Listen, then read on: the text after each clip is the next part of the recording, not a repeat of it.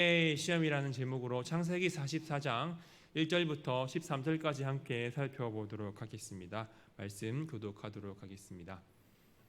요셉이 그의 집 청지기에 명하여 이르되 양식을 각자의 자루에 운반할 수 있을 만큼 채우고 각자의 돈을 그 자루에 넣고 또 내전 곧 전을 그 청년의 자루아기에 넣고 그 양식값 돈도 함께 넣으라 하며 그가 요셉의 명령대로 하고 아침이 밝을 때에 사람들과 그들의 나귀들을 보내니라. 그들이 성읍에서 나가 멀리 가기 전에 요셉이 청지기에게 이르되 일어나 그 사람들의 뒤를 따라가서 그들에게 이르기를 너희가 어찌하여 손을 악으로 갚느냐.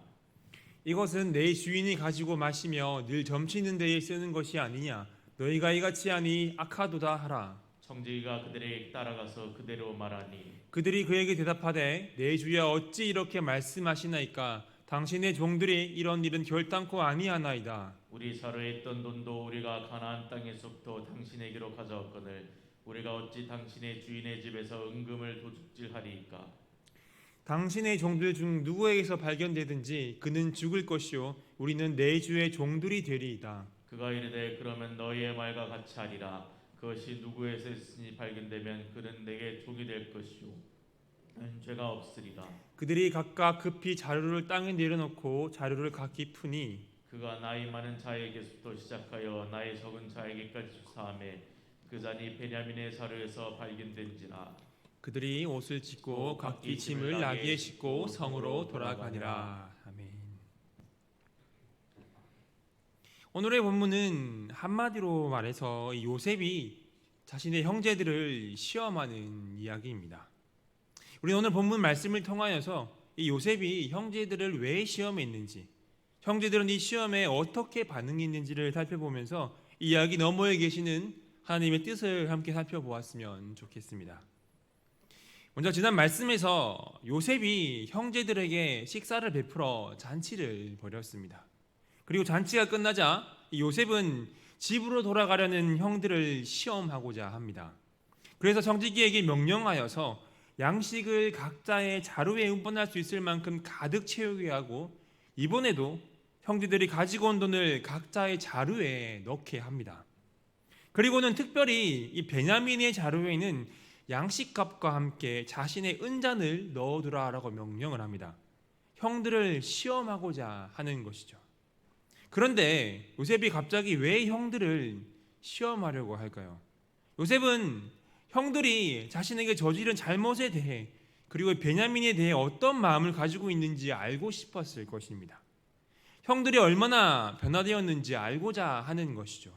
그리고 과거에 자신에게 했었던 그 형들의 행동을 알기 때문에 형들의 시기와 악한 행실로부터 동생 베냐민을 보호하려는 마음도 있었을 것입니다. 그래서 요셉은 청지기를 시켜서 형들을 시험하려는 상황을 만들고자 하는 것이죠. 그리고 시간이 지나 아침이 되고 해가 떠올랐을 때 요셉의 형들이 나귀를 끌고 이 가나안을 향해서 출발합니다.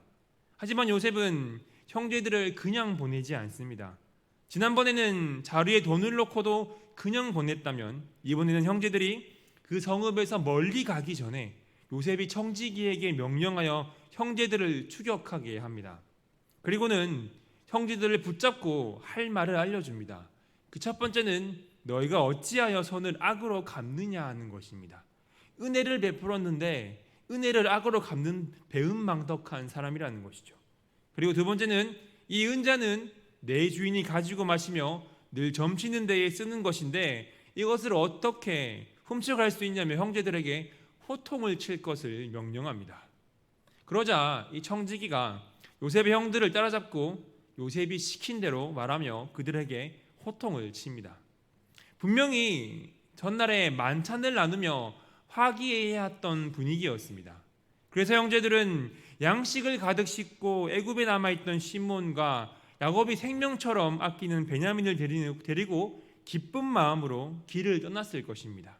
그런데 이러한 기쁨도 잠시뿐이며 갑자기 분위기가 급격하게 바뀝니다. 형제들이 양식값과 애굽 총리의 은잔을 훔친 도둑으로 몰린 것이죠. 그러자 형제들은 자신들의 자루에 돈과 은잔이 있는지는 꿈에도 모른 채 자신들이 이런 일은 결단코 하지 않았음을 주장합니다. 그리고는 지난번에 애굽에 방문했을 때 자루에 실려있던 돈도 이번에 돌려주기 위해 가지고 왔었음을 말하며 자신들이 은금을 도둑질하지 않았음을 말합니다.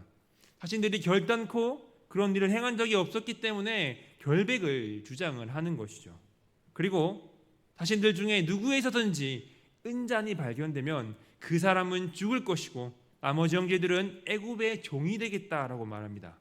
갑자기 자신들을 쫓아온 청지기와 애굽 군대에 둘러싸여서 억울하게 누명을 쓰게 되자 이들이 강력하게 해명의 말을 하고 있는 것입니다. 이들의 해명에 이 청지기가 오히려 형벌을 축소하여서 은잔이 발견된 자루의 주인만이 종이 될 것이며 나머지는 죄가 없으므로 돌아가도 된다라고 말합니다. 그러자 요셉의 형제들이 자루를 땅에 내려놓고 이 자루들을 풀기 시작합니다. 나이가 많은 마지부터 시작을 해서 나이가 적은 이 막내까지 조사를 시작하자 결국에는 요셉의 은잔이 베냐민의 자루에서 발견이 됩니다. 우리는 여기서 각자의 자루에서 발견된 돈에 대한 언급이 없는 점을 주목해야 합니다. 이것은 모든 포커스가 애굽 총리의 은잔과 베냐민에 맞추어져 있기 때문입니다. 이 상황에서 형제들은 많은 고민에 빠졌을 것입니다. 결단코 자신들이 훔친 적이 없다고 결백을 주장했는데 그것도 아버지 야곱이 가장 사랑하는 아들인 베냐민의 자루에서 유다가 자신의 생명을 담보하면서까지 데리고 온 베냐민의 자루에서 이 은잔이 발견이 된 것입니다. 이들은 전혀 예상치 못했던 일에 놀랄 수밖에 없었을 것입니다. 이제 베냐민은 꼼짝없이 애굽의 종으로 남을 위기에 처하게 되었습니다. 아버지 야곱에게 베냐민을 꼭 데려가겠다고 말했는데 그렇게 하지 못하게 된 것입니다. 요셉의 형제들은 선택의 기로에 서게 됩니다. 베냐민만 애국에 남기고 집으로 가느냐 마느냐는 것입니다. 지금 이 모습은 요셉이 종으로 팔렸다는 데 일을 떠오르게 합니다. 베냐민은 애굽의 종으로 남게 될 위기에 처했고 형제들은 다시 한번 아버지가 사랑하는 아들 베냐민을 떨어뜨릴 수 있는 좋은 기회를 맞이하게 되었습니다. 베냐민의 자루에서 애굽 총리의 은잔이 나왔기 때문입니다. 그렇다는 것은 이 베냐민이 애굽 총리의 은잔을 도둑질했기에 이들은 양심의 가책을 느낄 필요도 없습니다. 과거에 요셉을 팔았던 것처럼 베냐민을 버려두고 식량만 챙겨서 집에 가면 되는 것이었습니다. 이렇게 과거 요셉을 팔 때와 비슷한 상황에서 요셉의 형제들은 어떻게 행동을 합니까? 13절에선 아무런 대화가 없습니다. 단지 형제들이 자신들이 옷을 찢고 각자의 짐을 나귀에 싣고 성으로 돌아갔다라고 기록을 말씀을 하고 있습니다. 요셉의 형들이 과거의 요셉을 버릴 때와는 다르게 이번에는 베냐민과 함께 애굽에 남는 쪽을 선택한 것입니다. 우리는 과거와 현재 이 두 사건을 통하여서 형제들이 얼마나 달라졌는지를 확인할 수가 있습니다. 과거에 요셉의 형들은 요셉을 애굽에 팔아버릴 정도로 냉정하고 잔인한 사람들이었습니다. 그러나 하나님께서는 이러한 형들을 동생의 위기와 고난을 함께 공감하고 슬퍼하는 사람들로 변화시키셨습니다. 과거에 요셉의 채색으로 찢었던 형제들이 이번에는 자신들의 옷을 찢었습니다. 과거에 있는 요셉을 노예로 팔아당겼던 형제들이 이제는 자진해서 노예가 되는 길을 선택했습니다. 베냐민을 따라감으로써 그와 함께 죽음도 각오하고 있는 것입니다. 이 얼마나 놀라운 변화입니까? 그렇다면 형제들에게 식사와 잔치를 베풀었던 요셉이 갑자기 왜 형제들을 공경에 빠뜨리고 시험하고 있을까요? 먼저 요셉은 베냐민을 보고서 감정을 억제하기 힘들 정도로 벅찬 감정들을 느꼈을 것입니다. 당장이라도 자신의 정체를 밝히고 동생 베냐민을 끌어안고 싶었을 것입니다. 하지만 요셉은 자신의 정체를 감추고 이성적으로 생각을 하여서 형제들을 시험합니다. 왜냐하면 자신의 이 정체를 밝히기에 앞서서 형제들이 어떻게 변했는지 알 필요가 있었고 또 형제들을 시험하는 것에 하나님의 뜻이 있음을 믿었기 때문입니다. 여러분, 사람은 언제 본 모습을 드러냅니까? 사람은 고난과 시험을 받을 때 그 본 모습이 드러나기 마련입니다. 그렇게 요셉은 이 시험을 통하여서 형제들이 자기를 팔아넘길 때와는 다르게 서로 사랑하고 있는지, 하나님의 언약 백성으로서 공동체를 이룰 만큼 성숙해져 있는지 그 모습을 알아볼 필요가 있었던 것입니다. 결국 이 시험에서 요셉의 형제들은 변화된 모습을 우리에게 잘 보여주고 있습니다. 하나님께서는 이 요셉을 애굽에 팔아넘기는 악행을 행했던 요셉의 형들을 두 번의 애굽의 방문과 역경을 통하여서 하나님의 백성다운 성숙한 모습으로 변화시키는 것입니다. 또한 과거에 요셉을 노예로 팔아넘길 때와는 다르게 형제로서의 의무를 다하고 있는 모습을 보이고 있습니다. 형제 간의 사랑을 보여주고 있는 것입니다.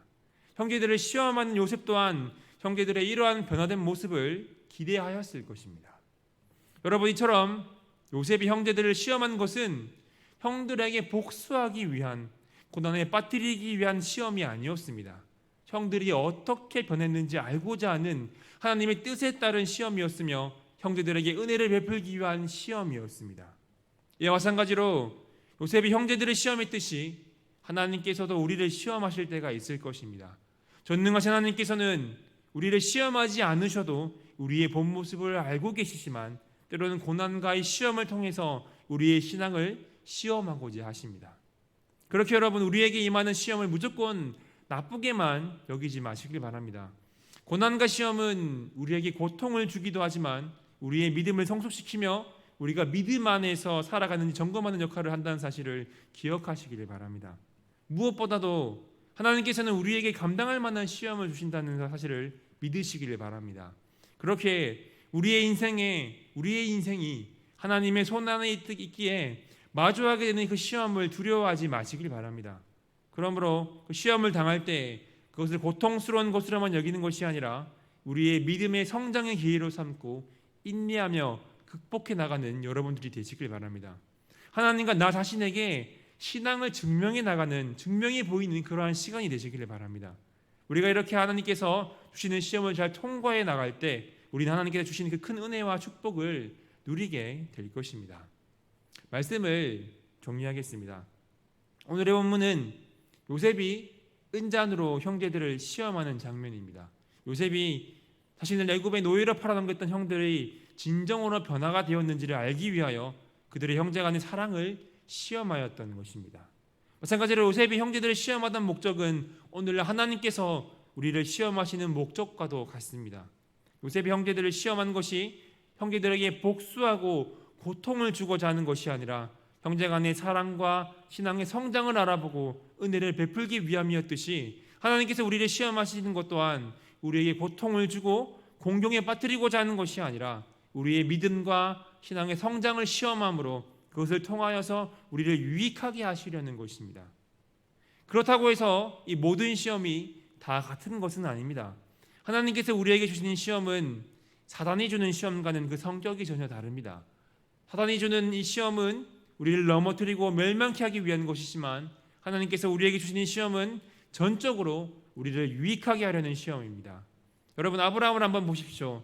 하나님께서는 아브라함에게 100세에 낳은 아들 사랑하는 독자 이삭을 번제로 바치라고 명령하셨습니다. 이 하나님의 명령이 아브라함에게는 얼마나 큰 시험이었겠습니까? 그렇지만 그 시험은 아브라함을 공경에 빠뜨리고 멸망케 하는 시험이 아니었습니다. 하나님께서 아브라함의 믿음을 확인해 보시고 오히려 아브라함을 축복해 주시려는 것이었습니다. 유다 또한 어떠합니까? 요셉을 노예로 팔자고 말했던 사람이었지만 아내와 아들이 죽고 이 며느리를 창녀로 오해하여 아이를 낳는 일들을 유다는 겪었습니다. 이러한 시험은 오히려 유다의 모습을 변화시켰습니다. 자신의 목숨을 담보로 베냐민을 데리고 오겠다고 하는 인물이 바로 유다가 되었습니다. 그렇습니다, 여러분. 이처럼 하나님께서 우리에게 주시는 시험의 목적은 우리를 공경에 빠뜨리려는 것이 아니라 우리의 믿음과 신앙의 성장을 위한 과정이며 우리를 유익하게 하시려는 하나님의 은혜입니다. 시험을 통하여 우리를 연단하여 더 나은 믿음의 자녀로 변화시키고자 하시는 것입니다. 그렇게 우리는 하나님의 시험을 받을 때 하나님을 원망하거나 불평해서는 안 됩니다. 아니, 오히려 그 시험이 우리에게 복된 것임을 깨달아 인내하며 믿음으로 극복해야 합니다. 왜냐하면 하나님께서는 우리가 감당 못할 시험을 허락하지 않으시며 또한 우리가 시험을 당할 때 피할 길을 주사 능히 감당케 하시기 때문입니다. 그러면 여러분, 우리에게 시험이 찾아올 때 그 시험을 피하려고 하지 마시고 담대히 부딪히시길 바랍니다. 인내하며 극복함으로 하나님께 여러분의 그 믿음을 보여주시길 바랍니다. 우리가 이렇게 할 때에 하나님께서는 우리에게 시험을 감당할 힘을 더하여 주실 것입니다. 그러므로 우리에게 시험이 닥쳐올 때에 그 시험이 때로는 힘들고 고통스러울지라도 하나님께서 우리에게 허락하신 감당할 수 있는 시험임을 믿음으로 우리를 유익하게 하시려는 은혜임을 믿음으로 인내하며 극복하며 신앙의 성장을 이루어가는 하나님께 나의 믿음을 보여드릴 수 있는 저와 여러분들이 되시기를 간절히 소망합니다. 기도하겠습니다.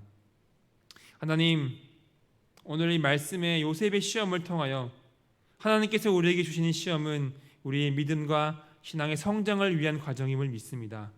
또한 우리를 유익하게 하시는 하나님의 은혜임을 믿습니다.